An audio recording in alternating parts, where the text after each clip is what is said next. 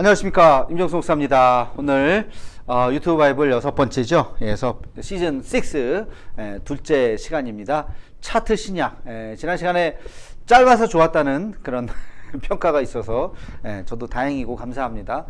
오늘도 하여튼 뭐 짧게 하도록, 짧은 것이 또 임팩트 있게 잘 남는다는 또 말을 믿어보면서 진행하도록 하겠습니다. 오늘은 예수님의 12제자에 대한 이야기를 하려고 합니다. 여러분, 12제자 이름을 다 외우시나요? 12제자의 이름을 다 외우면 항존직이에요. 대단한 거예요. 훌륭하신 거예요. 한 몇 명까지 외우시는지 한번 지금 잠깐 멈춰놓고 한번 써보세요. 내가 몇 명까지 외우나.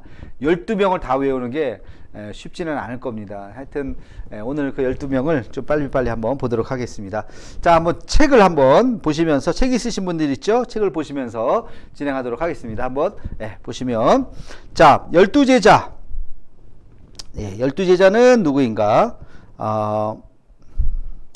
12제자를 한번 보도록 하겠습니다. 그들은 예수님이 3년 동안 사역을 하실 때 부른 유대인들이었다. 유대인이었습니다. 조금 얇게 합시다. 12제자 중에 유다는 남쪽 유대지방 출신이고 나머지는 모두 갈릴리 지역에서 왔다. 굉장히 중요한 거죠. 결국에 이제 유다가, 가롯 유다가 예수님을 배반을 하게 되었는데요. 근데 바로 이 유다가 남쪽 유대 지방이었고 나머지는 다 갈릴리 지역이었다는 거. 그들의 직업은 어부에서 세리, 혁명가에 이르기까지 다양했습니다. 어떤 이들은 결혼을 했습니다. 여기 보면 뭐 베드로 같은 경우에도 결혼을 했다고 나오죠. 장모 이야기가 나옵니다. 어떤 이들은 성경에 박식하기도 했습니다.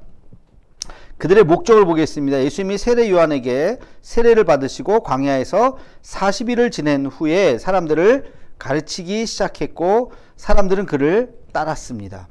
밤을 지새워 기도하고 묵상하신 후 예수님은 그를 따르는 자들 가운데 12명을 택하셨습니다. 예수님은 이 12명을 집중적으로 가르치셨고 이 제자들은 세상에 하나님의 사랑과 하나님이 세상을 구원하기 위해 예수님을 이 땅에 보내신 것을 전하도록 선택되었습니다. 요한복음에 보면 이런 이야기가 나옵니다. 자, 그들의 사명이 무엇인지를 한번 보도록 하겠습니다. 여기 이렇게 보면요, 이렇게 사진이 이렇게 나와요. 근데 이거는 뭐 상상화죠, 상상화. 실제로 이렇게 생긴 거는 알 수가 없습니다. 자, 그들의 사명을 보겠습니다. 이 12제자들은 대부분 예수님에게 귀한 친구였습니다. 실제로 나이 차이가 그렇게 많지 않았어요. 많이 나봐야 한 10살? 뭐 그 정도. 10살이면 뭐 이렇게 뭐 친구라고 볼 수도 있겠죠. 그들의 가르침과 대화는 후에 성장하고 확대된 교회를 위한 지식과 가르침과 교훈이 되었다. 예수님은 그들의 성격과 강점과 약점을 아셨죠. 예수님은 이들이 그를 실망시키고 버리고 부인하고 배신할 것을 아셨습니다. 예수님은 이들의 성령이 충만하면 복음의 첫 증인으로서 하나님께서 약속하신 구원의 소식을 유대와 사마리아와 땅끝까지 전하라는 것을 아셨고 이스라엘의 12지파는 열방을 축복하기 위한 축복을 받았다. 마찬가지로 예수님을 따른 무리와 함께 이 12제자들은 열방을 축복했다. 그리스도를 따르는 자들은 가서 모든 족속으로 제자를 삼고 아버지와 아들과 성령의 이름으로 세례를 주도록 하였다. 여러분, 12지파와 예수님의 12제자가 비슷해요. 그죠? 굉장히 좀 의미 있는 숫자라고 볼 수 있습니다. 그 다음에 한번 좀 보도록 하겠습니다. 예수님 그리스도의 제자가 되는 것이 무엇이냐? 여행을 대가를 계산하고 예수님은 누구든지 그를 따라오려거든 자기를 부인하고 자기 십자가를 지고 따르라고 말씀하셨다. 또한 자기 생명을 얻고자 하면 잃을 것이요 예수와 복음을 위해서 자기 생명을 잃고자 하면 얻을 것이다 라고 말씀하셨다. 시몬 베드로와 야고보, 요한이 예수님을 만났을 때 그들은 해변가의 배와 모든 것을 버려두고 그를 따랐다. 이게 복음서의 첫 장면에 있는 굉장히 아주 중요한 장면이죠. 요 이야기를 우리는 잘 알고 있습니다.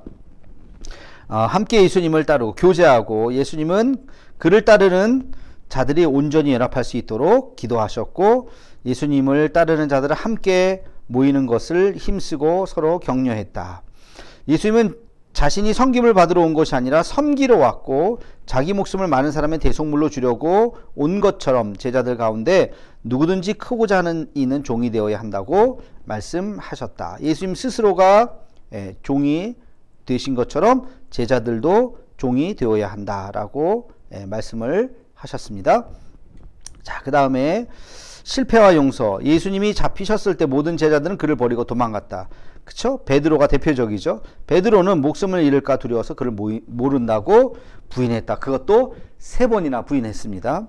후에 예수님은 제자들에게 성령이 그들에게 임하면 그들이 권능을 받고 예루살렘과 온 유대와 사마리아와 땅끝까지 이르러 복음을 전하게 될 것이라고 말씀을 하셨죠.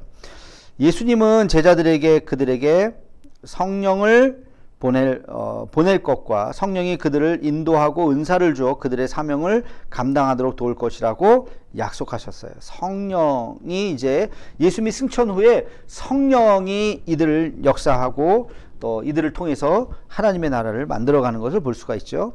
바울은 고린도 교회에서 성령은 하나이나 은사는 여러 가지라고 편지를 썼다. 하나님은 한 분이시지만 그 여러 종류의 선한 일을 행하신다. 한 분 하나님, 그러나 하나님이 하시는 여러 가지 역사, 또 사람들을 통해서 하는 일들은 굉장히 다양하다 하는 것을 알 수가 있습니다. 이 그림이 잘 보이시는지 모르겠는데요. 여기 보면 그냥 상상화예요. 베드로, 빌립, 야고보, 또 세베대의 아들 야고보가 2명이죠. 바돌로메, 다데오, 요한, 마태, 레위라고 말하는 마태, 열심당원 시몬, 안드레, 도마, 가롯 유다. 왠지 가롯 유다는 굉장히 표정이 안 좋아요. 그런 걸 이렇게 만든 것 같아요. 자, 그 다음에 이제 한 사람씩 한번 보도록 하겠습니다. 베드로는 시몬 바요나, 바라고 하는 것은 아들이에요. son입니다. son. 요나의 아들이죠. 요나의 아들 시몬. 원래 이름이 시몬이죠. 또 게바라고 불리우기도 합니다. 게바는 반석 또는 돌. 그래서 시몬, 베드로, 시몬, 뭐 이름이 여러 가지예요. 요한의 아들이며 벳세다에서 태어났다. 가버나움에서 살았고 어부였고요. 직업은 안드레의 형제였습니다.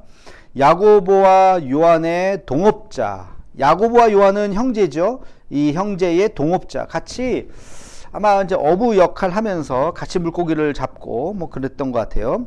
결혼을 했다고 나오고요.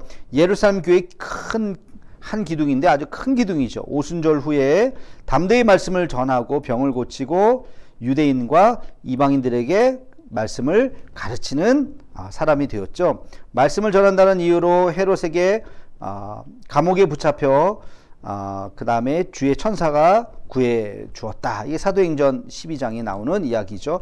베드로 전서와 베드로 후서를 썼다. 나중에 우리가 흔히 무식한 어부라고 생각을 하는데 이 베드로 전서 후서는 주옥과 같은 편지입니다. 여러분 다 읽어보셨겠지만, 그래서 후대의 어떤 학자들은 베드로가 이걸 다 썼겠냐라는 의심을 하기도 하지만, 그러나 우리 정통 기독교에서는 베드로가 성령으로 거듭났기 때문에 얼마든지 쓸 수 있다.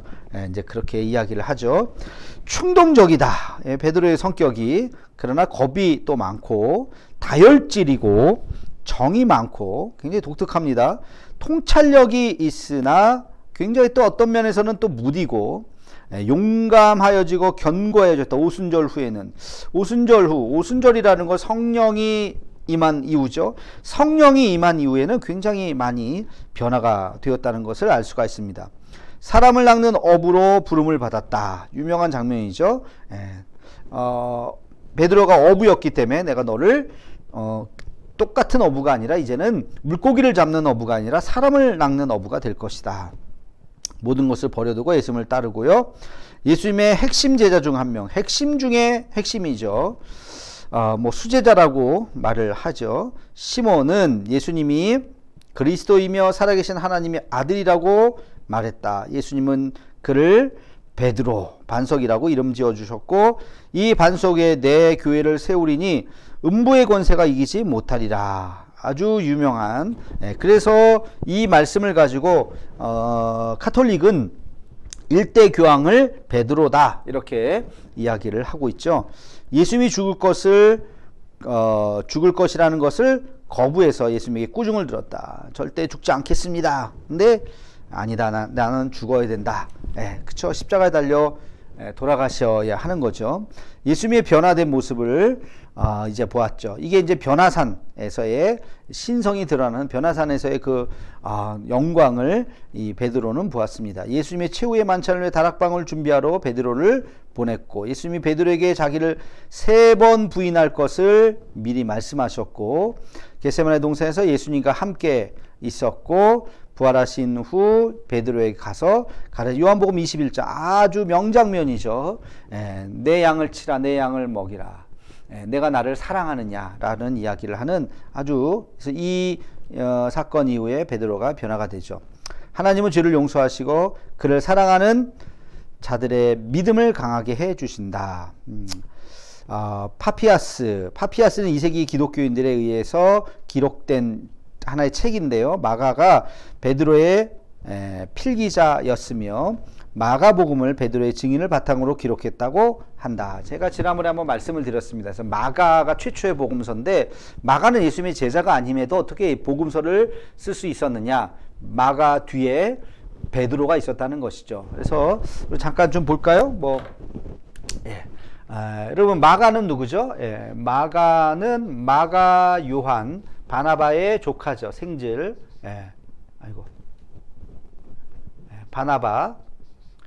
바나바의 조카인데, 1차 선교 여행을 바나바와 바울이 같이 선교 여행을 떠났지만 2차 여행 때는 갈등이 있었죠.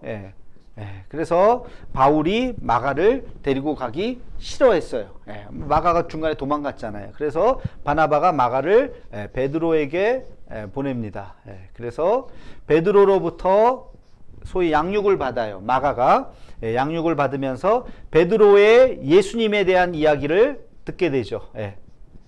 그래서 이 마가가 쓴 게 바로 마가 복음이 되는 것입니다.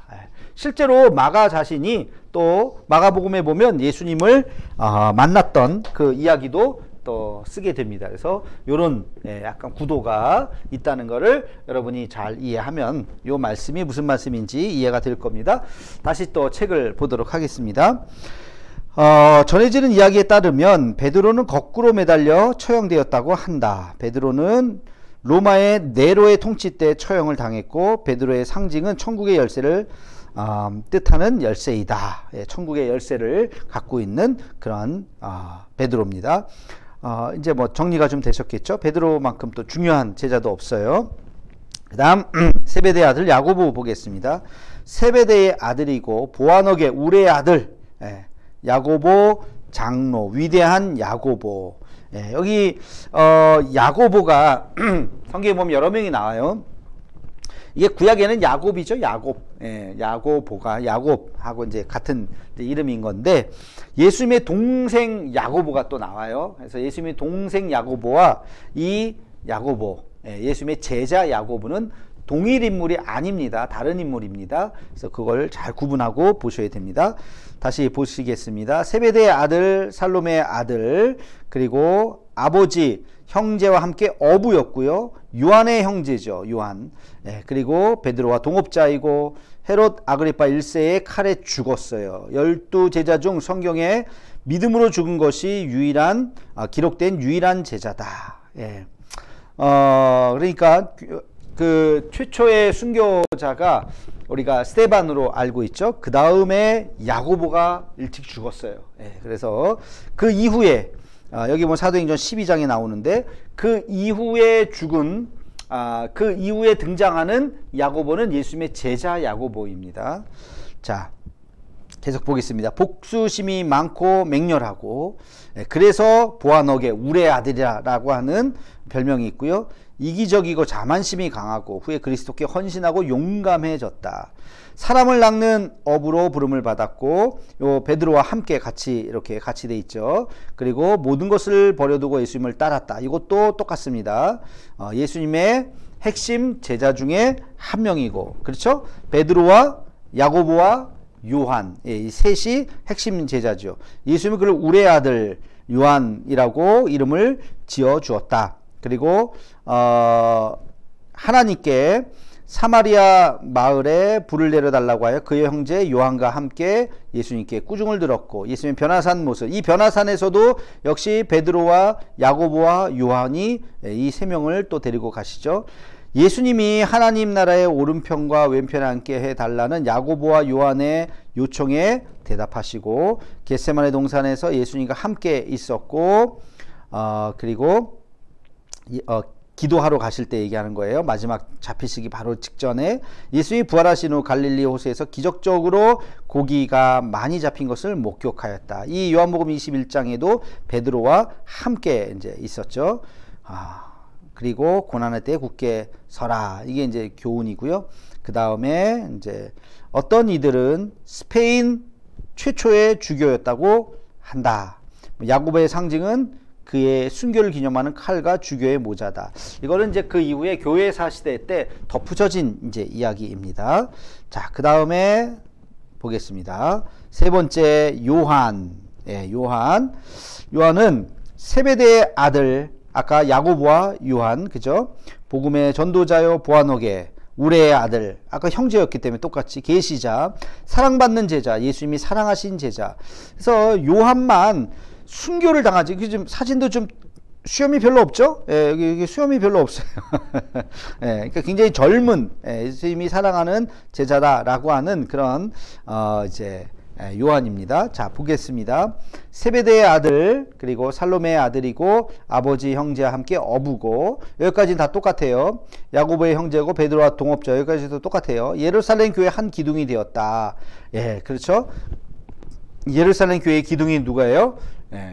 베드로와 야고보와 요한. 근데 여기서 말하는 이제 야고보는 그 야고보는 아니고 예수님의 예수님의 동생이 들어갑니다. 병을 고치고 말씀을 전파하였고, 반모섬으로 망명을 가서, 여러분 반모섬에서 요한 계시록을 기록한 사람이죠. 요한 1서, 요한 2서, 요한 3서, 요한 계시록을 썼다. 물론 요한 복음도 썼어요. 요한 복음까지. 그래서 이 요한자 들어가는 이 책을 5권이나 쓰게 됩니다. 그 다음 보시면 복수심이 많고 맹렬하다. 판단을 잘한다. 이기적이다. 뭐 이거 아까 얘기했던 보아너게라고 하는 뜻에 다 들어있는 뜻이고요. 그리고 한쪽은 엄마가 그러잖아요. 한쪽은 우편에, 한쪽은 좌편에. 우리 두 아들 영의정 좌의정 시켜달라고 하는 그런 이야기죠.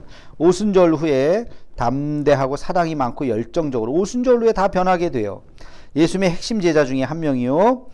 예수와 예수의 제자를 따르는 자들에게만 귀신을 내쫓는 능력을 주시도록 제안하고, 예수님 변화된 모습을 보고, 아까 얘기했듯이 변화산에서 그 세 사람이죠. 예수님의 최후의 만찬을 다락방을 준비하러 베드로를 이제 보냈고, 최후의 만찬 중에 예수님께서 기대어 누웠고, 십자가에서 예수의 어머니 그리고 마리아를 돌볼 책임을 맡았고, 보라 내 어머니라, 보소서 아들이니이다. 그 예수님께서 가상칠언을 하셨던 그 아들이 바로 요한이죠. 요한. 그만큼 신뢰가 있었고 막내 동생과 같은 아주 사랑하는 제자였습니다. 예수님의 빈 무덤을 보기 위해서 베드로를 앞질러 달려갔고, 보고 나서 믿었다. 예수님이 부활하신 후 갈릴리 호수에서 기적적으로 고기가 많이 잡힌 것을 목격하였다. 이것도 요한복음 21장에 베드로 그 사건이 같이 있었습니다. 예수 그리스도 안에서 확증된 하나님의 사랑은 모든 믿는 자를 구원하고 변화시키고 하나 되게 한다. 전해지는 이야기에 따르면 요한은 반모섬으로 망명을 갔다가 풀려나 에베소, 오늘날 터키로 돌아왔다고 한다. 요한은 AD 100년경에 에베소에서 죽었다고 한다. 요한의 상징은 책과 독수리이다. 제가 그 에베소의 성지순례를 갔더니요, 예, 거기에 보면 진짜 그 요한 기념교회가 있습니다. 굉장히 커요. 굉장히 크고 거기서 들은 이야기인데 요한이 말년에 거기서 그 예수님의 어머니 마리아를 모시고 살았던 장소라고 이제 또 일컬어져요. 그리고 후대에 거기에 요한 기념교회를 크게 초대교회 때 이제 지었죠. 그래서 요한 하면은 이 에베소하고 뗄 수 없는 그러한 장소입니다. 그래서 여기 그 이야기가 적혀 있습니다. 자, 그 다음에 네 번째 보겠습니다. 안드레입니다. 안드레. 안드레는 프로토클레토스 처음으로 부름받을 때 이거는 뭐냐면 다른 이름이에요. 다른 이름. 다른 이름. 요한의 아들, 그리고 벳세다에서 태어나고 가버나움에서 베드로와 함께 어부였고 시몬 베드로의 형제였고, 그리고 세례 요한의 제자였고 그리스도의 12제자 중에 한 명이 됐다. 그래서 이 안드레는 핵심이 베드로의 형제. 그리고 안드레의 이름은 그리스도로 남자다운이라는 뜻입니다. 예수님에 대해서 열정적이고 호기심이 강하고 수완이 좋았다. 예수님을 처음으로 따랐던 그런 요한복음 1장에 보면 안드레가 나오죠. 그래서 자기 형에게도 소개하고 그런 장면이 나옵니다. 사람을 낚는 어부로 부름을 받았어요. 어부였기 때문에 그 이제 네 명이 형제들끼리 같이 유대인에게 하나님 나라가 가까웠다고 전하고 병든 자를 고쳐주고 문둥병 자를 낫게 하고 죽은 자를 살리고 귀신을 내어 쫓는 사역을 위해서 보냄받았다. 몇몇의 히브리인이 예수님을 만나고 싶어 한다고 예수님께 알렸다. 한 소년이 빵 5개와 물고기 2마리가 있음을 예수님에게 알렸다. 오병이어 때 등장하죠. 부활 후 예수님이 제자들에게 나타나실 때 함께 있었고, 예수님이 지상명령으로 제자들을 모든 민족으로 파송할 때 함께 있었고, 예수님이 하늘로 올라가는 것을 목격했다. 가서 예수 그리스도에 대한 좋은 소식을 열정적으로 전하라.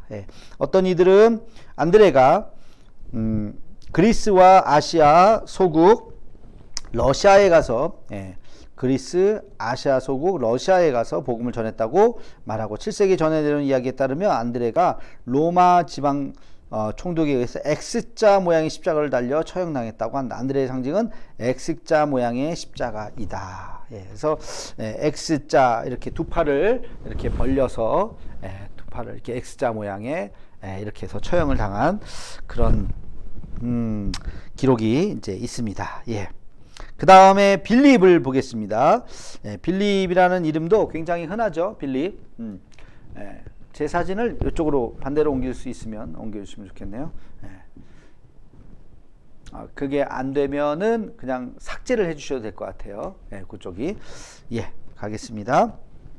자, 빌립을 보도록 하겠습니다. 벳세다에서 태어났고 성경에 능통한 자고, 그리스도, 여기서 말하는 성경이라는 것은 구약 성경을 이야기하는 거죠. 그리스도의 12제자 중에 한 명이 되고, 그리고 제자 빌립은 사도행전에 나오는 전도자 빌립과 혼동되곤 하는데 아닙니다. 그 빌립이. 빌립이라는 이름은 그리스어로 말을 좋아하는 사람이라고 하는 뜻이고, 빌립은 아마도 그리스어를 구사했을 것이다. 그 당시에 그러면 다 그리스어 아닌가요? 할 텐데, 실제로 예수님 당시에는 아람어를 썼을 가능성이 크다고 학자들이 이야기를 해요. 자, 실용적이고 기꺼이 도움을 주고 융통성이 없고 어리둥절하다. 요한복음에 보면 그런 장면이 나오고요. 예수님이 세 번째로 부르신 제자 나다나엘을 예수님께로 데리고 갔다. 바돌롬의 나다나엘. 요한복음 1장에 나오죠. 예수님이 군중을 먹이는 일로 그를 시험하였고, 몇몇 히브리인이 예수님 만나고 싶어 한다고 예수님께 알렸고, 예수님에게 아버지를 보여달라고 했고, 최후의 만찬에 함께 했죠. 세상의 모든 지식도 예수 안에 있는 진리와 비교할 수 없다.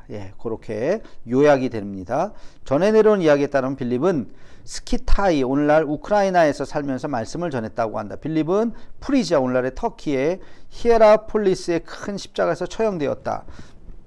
성지순례 가면 히에라폴리스 뭐 이런 데 다 갑니다. 가서 보게 돼요. 빌립의 상징은 빵 조각, 요한복음 6장에 보면 큰 십자가이다.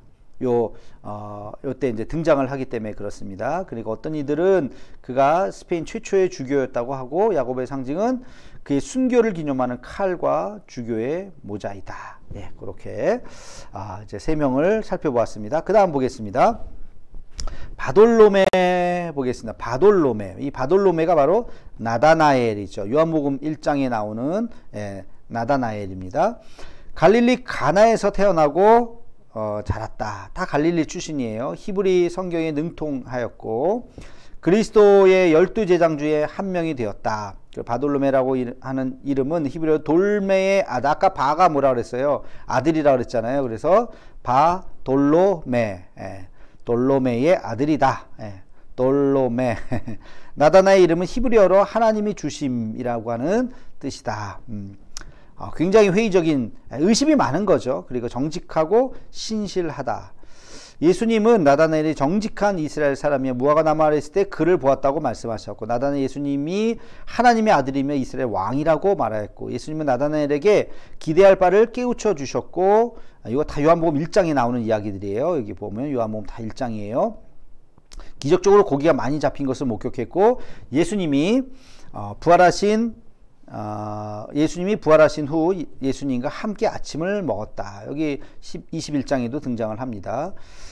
그 중요한 교훈을 보면 성도들은 성경 말씀에 비추어 모든 것을 시험해보고 그 원리를 따라 진실되게 살도록 부름을 받았다. 어떤 이들은 바돌로메가 아시아 소국과 인도에서 말씀을 전하고, 아르메니아 교회는 바돌로메를 그의 교회의 개척 창시자라고 주장한다. 여러분, 아르메니아 교회가 성지순례 갔더니 이스라엘 갔더니 굉장히 커요. 생각보다. 우리는 잘 모르는데 이 근데 아르메니아 사람 크리스찬들이 굉장히 많고 많이 이렇게 좀 있습니다. 근데 거기에 바로 최초의 복음 전했던 사람을 이 바돌로메, 나다나엘로 그들은 또 알고 있고요. 전해져 내려온 이야기에 따르면 바돌로메는 아르메니아에서 살갗을 벗기는 고통을 당했다고 한다. 바돌로메의 상징은 칼날이다. 아이고 끔찍해요.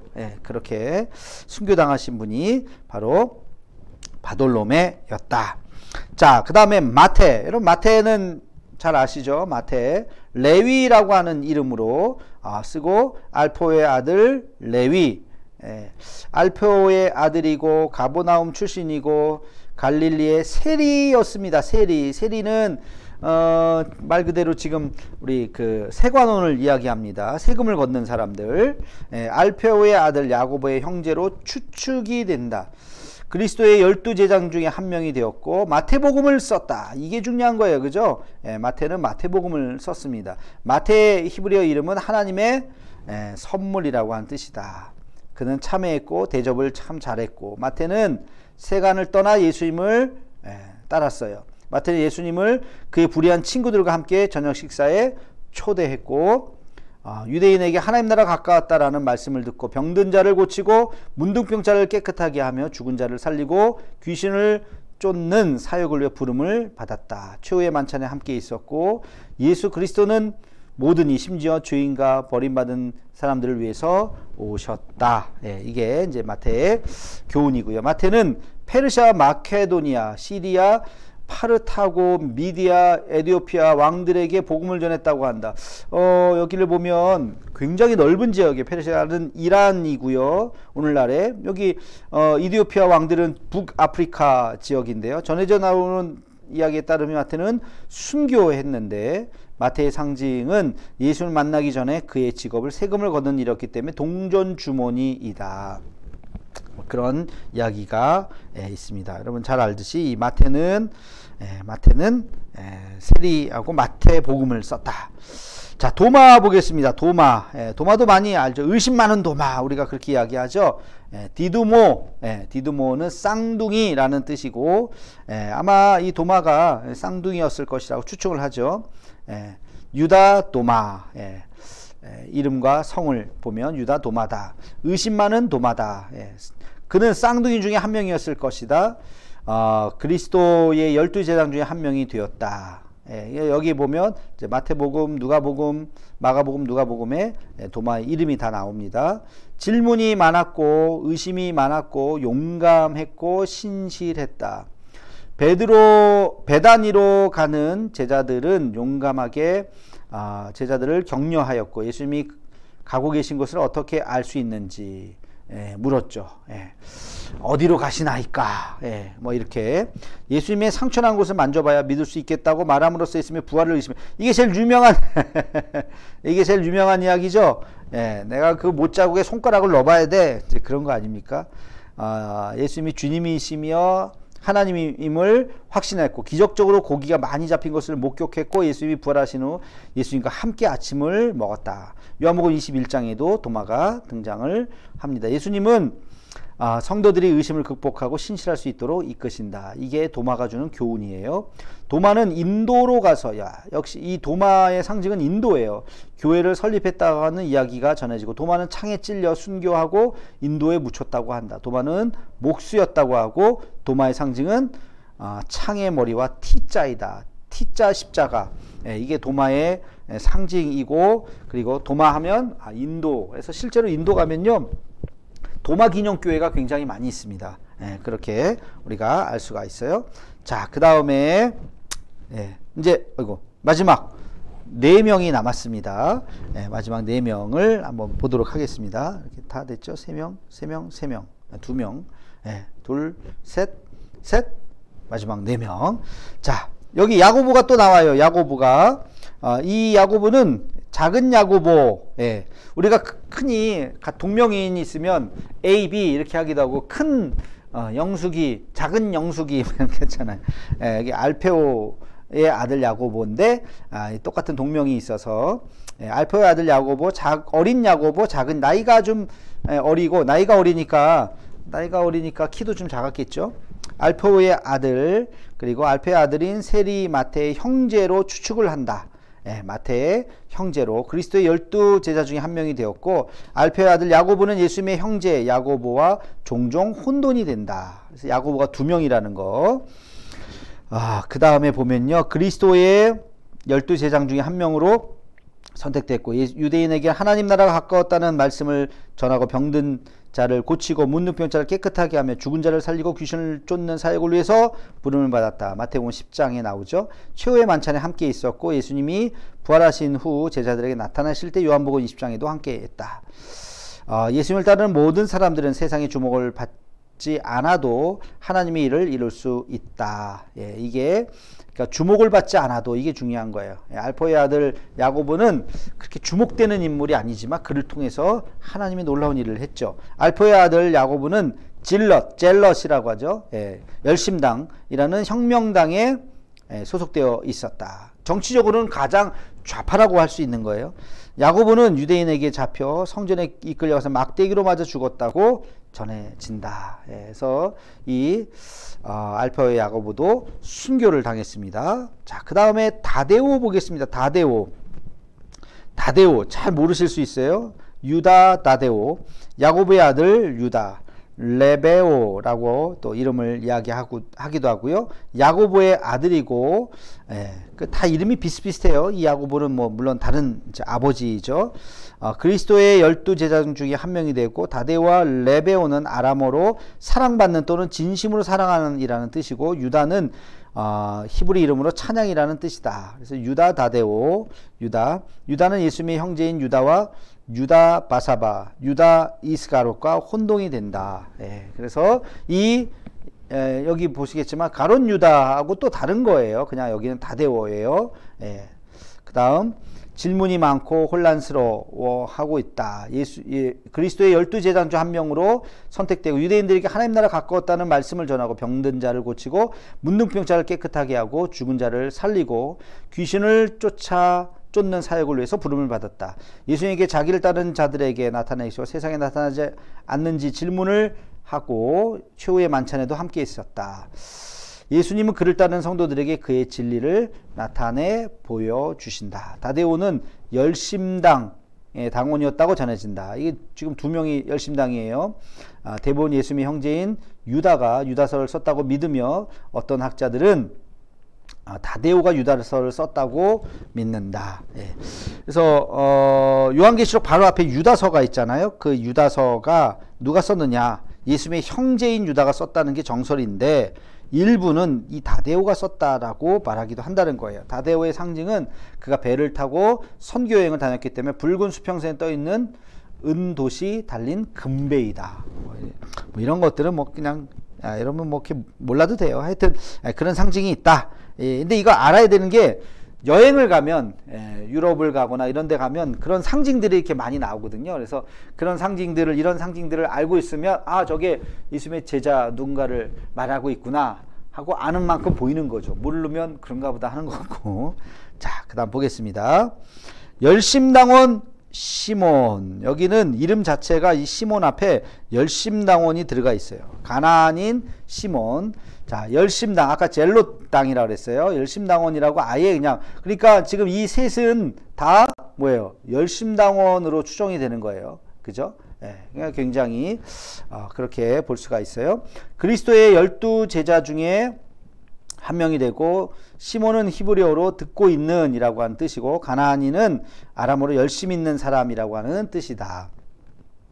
애국심이 투철하고 충성되고 열정적이고 희생적이다. 그리스도의 12제자 중에 한 명으로 선택됐고 유대인에게 하나님 나라 가까웠다라는 말씀을 전하고 병든 자를 고치고 문둥병 자를 깨끗하게 하면 죽은 자를 살리고 귀신을 내어 쫓는 사역을 위해서 부름을 받았다. 최후의 만찬에 함께 있었고 예수님의 지상 사명을 주실 때 승천하실 때 함께 있었다. 예수님을 따르기 위해서 정치적인 것도 기꺼이 포기할 수 있어야 된다. 그렇죠? 정치적인 거. 여러분 이거 되게 중요합니다. 여러분의 정치적인 성향이 뭔지는 모르겠지만 여러분의 그 정치적인 성향을 기꺼이 내려놓고 주님을 따를 수 있어야 됩니다. 좌파나 우파나 뭐 우리가 애국심은 똑같죠. 그러나 좌나 우나 너무 이렇게 흥분하지 마시고 우리는 예수 믿는 사람이다. 예수 안에서 좌파도 있고 우파도 있고 양극은 하여튼 뭐 좋은 거 같지는 않아요. 그래서 우리가 누구나 다 교회 안에는 다 보수와 진보도 다 있는 거니까 그런 것들 다 내려놓고 주님 안에서 우리가 하나가 될 수 있어야 된다. 우리가 이 열심당원 시몬을 보면서 알 수 있는 교훈이에요. 그래서 보겠습니다. 시몬은 가나의 혼인잔치에서 신랑이었다고 전해진다. 그래서 가나의 혼인잔치에 예수님이 갔고 이 시몬의 결혼식에 했었다고. 이건 그냥 썰이에요. 썰. 전해지는 거니까 너무 확정하지는 마시고, 시몬은 페르시아에 가서 선교를 했다고 하고, 시몬의 상징은 그가 사람을 낚는 어부였기 때문에 물고기가 달려있는 책이다. 그런 거 참고로 아시면 되고. 자, 마지막 가룟 유다. 마지막 보겠습니다. 배반자 시몬의 아들 유다.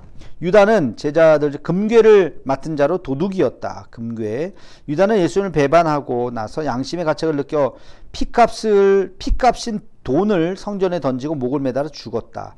대제사장은 이 돈으로 토기장이의 밭을 샀고 예언은 이루어졌다. 마태복음 27장에 나오죠. 자살해서 죽은 사람이 바로 가룟 유다입니다. 유다는 피밭을 샀고 몸이 곤두박질하며 배가 터져서 창자가 뭐 튀어나와서 뭐 죽는 아주 끔찍한 최후를 맞은 사람이죠. 유다를 대신에 마띠아가 뽑혀서 11사도의 수에 들어갔다. 12번째로 마띠아가 사도행전에 보면 탐욕스럽고 속이고 배신하고 양심의 가책을 느끼고 뭐 이런 성경 구절을 보면 이런 느낌이 나옵니다. 그리스도의 12제자 중 한 명으로 선택되었고 예수님이 유다를 마귀라고 하셨다. 예수님 비싼 향유를 부었다고 마리아를 비난했죠. 이 향유 사건이 굉장히 컸어요.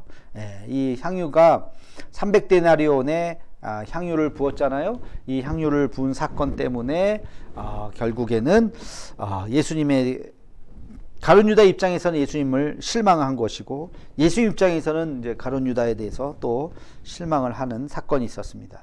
최후의 만찬에서 예수님과 이야기를 나누었고 그렇죠? 내가 하는 일을 계속 하라. 최후의 만찬에서 마귀가 그의 마음에 들어갔고 은 30으로 예수님을 배반했다. 예수님을 따르겠다고 하는 모두가 다 그분과 그분의 목표에 신실한 것은 아니다. 이것도 참 중요한 얘기인 것 같아요.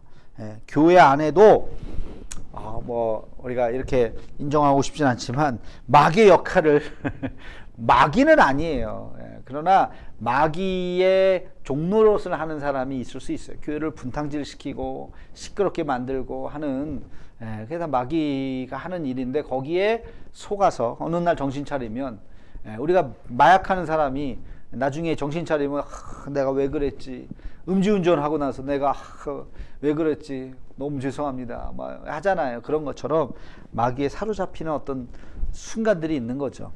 가룟 유다가 어느 날 정신 차려봤더니 후회했잖아요. 내가 돌이킬 수 없는 짓을 했다. 너무 괴로운 나머지 그것도 잘못된 선택이지만 회개하고 하나님 앞에 예수님 앞에 엎드리고 부활하신 주님 앞에 나와서 용서를 구하고 그랬어야 되는데 그냥 자살로 그냥 끝나는 가장 안타까운 인생을 살았던 사람이에요. 자, 유다는 유대의 게리옷에서 왔다고 전해진다. 어떤 학자들은 유다가 칼을 품고 다니며 살해하는 시카리라고 하는 열심당원이었음을 이었다고 말하는데 그거는 뭐 이렇게 근거가 좀 약하고 어쨌든 요 네 사람에 대해서 이야기를 했습니다. 몇 분 했나 모르겠네요.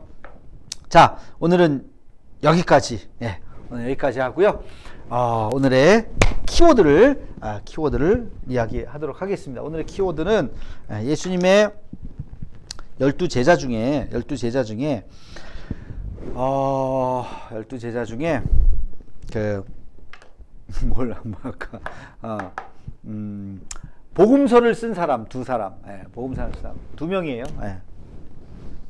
그렇죠? 너무 쉽나? 복음서를 쓴 두 사람의 이름을 쓰시면 됩니다. 마태, 마가, 누가, 요한 중에 두 사람을 쓰세요. 그게 오늘의 키워드입니다. 자, 오늘까지 여기까지 하고 오늘은 제가 이렇게 패드를 통해서 이렇게 이걸 이제 미러링을 해가지고 했는데 잘 따라오셨는지 모르겠습니다. 이렇게 한번 진행을 하도록 하겠습니다. 여기까지. 짧죠? 열심히 잘 따라오시고 다시 한번 책도 한번 다시 잘 보시고 그랬으면 좋겠습니다. 여기까지 하겠습니다. 안녕히 계세요.